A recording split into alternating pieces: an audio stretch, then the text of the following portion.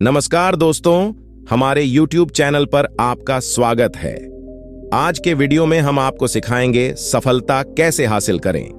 और अगर आप भी हार मान चुके हैं तो ये वीडियो आपके जीवन में एक महत्वपूर्ण सीख देगी, इसलिए इसे ध्यान से देखें और हमारे चैनल को सब्सक्राइब कर लें। इस धरती में बहुत से लोग ऐसे हैं जो अपने ख्वाबों को छोड़ देते हैं। बहुत ही ज्यादा प्रयास करने के बावजूद भी सफलता नहीं मिलती तो मन में हार मानने का विचार आता है। हम अपना उत्साह खो देते हैं। हर दिशा में ना उम्मीद ही दिखाई देती है, कुछ भी सही नजर नहीं आता।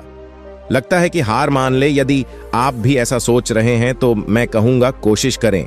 फिर भी दोस्तों, आप हार मान चुके हैं और आपको लगता है कि आप आगे कुछ नहीं कर पाएंगे तो मेरे इस वीडियो को पूरा जरूर देखिएगा। आपको नई उम्मीद और हार ना मानने की ताकत मिलेगी। तो दोस्तों, इस वीडियो को देखने का विचार आपने कर लिया है, इसका मतलब है कि आप में अभी भी हार नहीं मानी है। आप एक और कोशिश कर सकते हो। दोस्तों, आप अपने में झांक कर देखिए, अपने अंदर भी वो ऊर्जा शामिल है। उसे पहचानो, उसे अपने शरीर से बाहर निकालो। आप जो भी करना चाहते हो उसे कर सकते हो। एक कामयाब बनना कोई कठिन काम नहीं है। हर व्यक्ति एक विजेता है। आपके अंदर एक विजेता है। उस विजेता का कहना है कि उठो, चलो, कोशिश करें। आप अभी भी उदास हैं और इसीलिए आप अपने लक्ष्य को छोड़कर जा रहे हैं। इसमें आपकी गलती नहीं है, क्योंकि ज्यादातर लोग ऐसा ही करते हैं। पर कुछ लोग कोशिश करना जारी रखते हैं। उसे सफलता जरूर मिलती है, चाहे रास्ते में कितनी भी मुश्किलें क्यों ना आए। मंजिल उसी को मिलती है जो कभी हार नहीं मानते हैं। जब आपने सपना देखा ही है तो उसे सफल करने के लिए आगे बढ़े। अब क्या हुआ? हमारी सबसे बड़ी मुसीबत हार मानकर बैठ जाना है, जबकि सफल होने का सबसे बड़ा कारण हमेशा प्रयास करना है। आपके इरादे बुलंद होने चाहिए। तब तक हार मत मानो जब तक लक्ष्य प्राप्त ना हो जाए। इसीलिए असफलता को इग्नोर करो, अपने काम में लगे रहो। डरना नहीं है बल्कि लड़ना है। अपने विचार को इतनी मजबूत रखो कि हार मानने का विचार ही ना आए।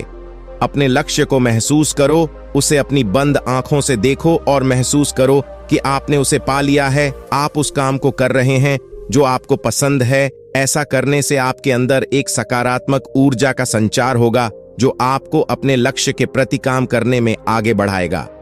आइए इस बात को छोटी सी कहानी से समझते हैं।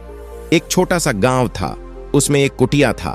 कुटिया में एक बौद्ध भिक्षु और उनके 3 बालक थे, जिसका नाम कैलाश, हरि और राहुल था। गुरु ने उन बालकों से पूछा कि उन जंगल के पीछे क्या है, वह देख कर आना है। भिक्षु ने अपने पहले लड़का कैलाश को आदेश दिया और कहा, पहले तुम जाओ और पता करके लाओ कि उन जंगल के पीछे क्या है। कैलाश ने अपने गुरु का बात मानकर उन जंगल के पीछे क्या है वह खोजने आगे चल गया। रास्ते में कई सारी मुश्किलों का सामना करके वह आधे रास्ते तक पहुंचा। बाद में उसके मन में उल्टा विचार आने लगे और वह पीछे घूमने का फैसला कर लेता है। वह लड़का कैलाश वापस अपने कुटिया की ओर चल पड़ता है। कुटिया में लौटने के बाद वह बौद्ध गुरु से कहता है कि मैं आधे रास्ते से ही वापस आ गया। फिर महात्मा गुरु ने दूसरे लड़का हरि को आदेश दिया कि तुम उस जंगल के पीछे क्या है वह खोज के लाओ। महात्मा के आदेश से वह दूसरा लड़का हरि अपने मार्ग पर चल पड़ा। पहले लड़का की तरह उन्हें भी शुरुआती रास्ते में बहुत सारी परेशानियां और मुश्किलें आई, फिर भी वह आगे बढ़ा। लेकिन चलते चलते वह थक गया और मन में सोचने लगा कि अब कितना दूर है, यह अब मुझसे चला नहीं जाता, मैं क्या करूं। उसके मन में भी उल्टा सोच आने लगा और उसने भी हार मान ली। अंत में बौद्ध भिक्षु ने अपने तीसरे लड़का राहुल को आदेश दिया और कहा कि अब तुम जाओ और पता करके आओ कि उस जंगल के पीछे क्या है। राहुल तुरंत ही महात्मा के आदेश मानकर अपने रास्ते पर चल पड़ा। रास्ते में आने वाली परेशानियां और मुश्किलों के बाद भी वह आगे बढ़ता रहा। वह चलते चलते थक भी जाता, फिर भी वह आगे बढ़ता रहा।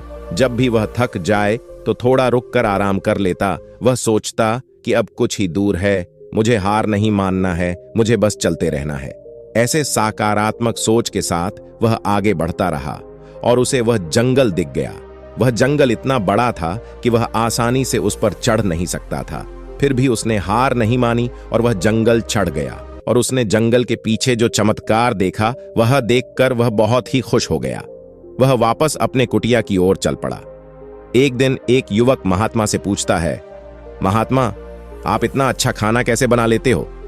महात्मा हंसे और जवाब देते हैं, बालक, यह सिर्फ खाने का नियम नहीं बल्कि जीवन का सिख है।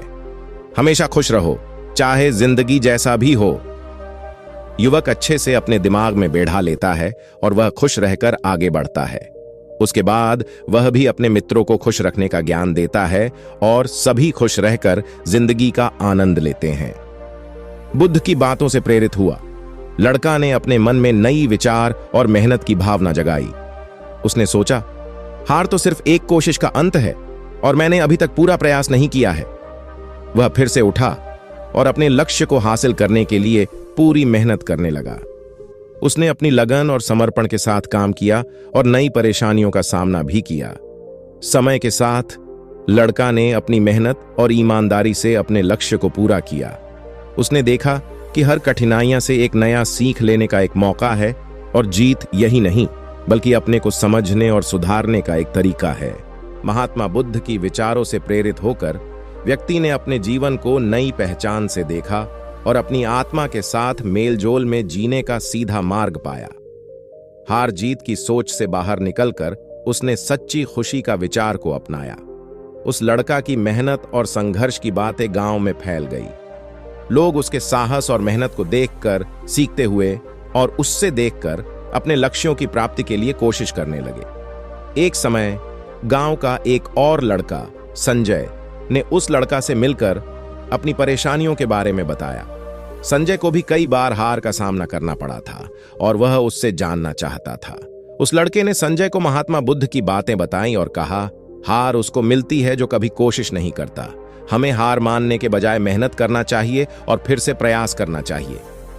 संजय ने उस युवक की बातों को बहुत ही ध्यानपूर्वक से समझा और उसके साथ मिलकर नए चुनौतियों के सामने अपना नियंत्रण कोशिश शुरू किया। बहुत समय के प्रयास के बाद संजय ने अपना लक्ष्य प्राप्त किया और गांव का नाम रोशन किया। उसकी सफलता ने सिखाया कि हार के बावजूद पुनः प्रयास करना और सीखना हमें आगे बढ़ने से कोई रोक नहीं सकता है।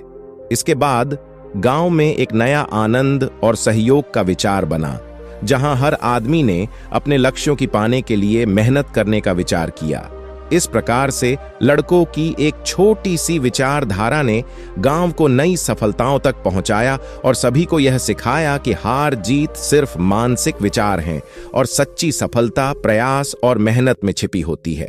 गांव में बदलाव की बातें में एक और युवती नीलम ने भी अपने लक्ष्यों की पाने के लिए अपनी कोशिश पूरी लगन के साथ करने लगी। वह गांव की पहली महिला छात्रा बनने का सपना देख रही थी और इसके लिए वह नई बुलंदियों को छूने के लिए तैयार थी। नीलम की मेहनत और कठिनाइयां की बातें जल्द ही पूरे गांव वालों के बीच फैल गई। वह अपने मेहनत से न केवल अपने लक्ष्यों को पूरा करने में सफल हुई बल्कि उसने गांव में समाज में भी बदलाव लाने का प्रयास करने लगी। नीलम ने गांव की महिलाओं को शिक्षा के बारे में समझाया और उन्हें सफल बनाने के लिए अपना दोस्त बनाया। वह गांव के बच्चों को शिक्षा में दिलचस्प लेने के लिए कोशिश करने के लिए विचार से भरी शिक्षा देने के लिए मेहनत करने लगी। नीलम ने उस युवक और संजय की सहायता से गांव में एक शिक्षा आश्रम की स्थापना की, जिससे गांव वालों को ज्ञान के साथ दिमाग और आर्थिक स्वरूप से भी सुधार का मौका मिला। इस प्रकार युवक संजय और नीलम ने मिलकर गांव को एक नए मुकाम में पहुंचाया, जहां शिक्षा ने न केवल लोगों की जीवन में परिवर्तन किया बल्कि मेहनत और सामाजिक सहयोग के साथ गांव को भी एक नया पहचान दी। इस प्रकार से गांव का सफलता का बातें अब एक नई युग को प्रेरित करने के लिए उदाहरण बन गया, जिसने सामाजिक कठिनाइयों को नई बुलंदियों तक ले जाने का संकल्प किया। मित्रों, क्या आप वही गलती तो नहीं कर रहे हैं जो पहले दो लड़कों ने की थी? बहुत से लोग हैं जिन्होंने सफलता के इतने करीब होने पर हार मान ली। क्या आप भी तो ऐसा नहीं कर रहे हैं ना? लोग परिस्थिति और प्रॉब्लम से डर जाते हैं और अपना कदम पीछे खींच लेते हैं, लेकिन आपको ऐसा नहीं करना है। हार मानने का कोई फायदा नहीं है। सिर्फ जीत पर फोकस करो और फिर से कोशिश करो और हर बार ऐसा करते रहो जब तक आप जीत ना जाओ। तो अभी भी आपको देर नहीं हुई है। अपने सपने को साकार करने के लिए एक्शन प्लान बनाओ और सफलता की कुंजी का फार्मूला अपनाओ। दोस्तों, मैं आशा करता हूं कि इस वीडियो के माध्यम से आपके जीवन में पॉजिटिव चेंज लाने में मदद मिली होगी। अगर आपको यह वीडियो और जानकारी अच्छी लगी तो अपने मित्रों और परिवार में इस वीडियो को शेयर जरूर करें। ये वीडियो कैसी लगी हमें कमेंट करके बताएं और चैनल को सब्सक्राइब जरूर कर ले। नमो बुद्धाय।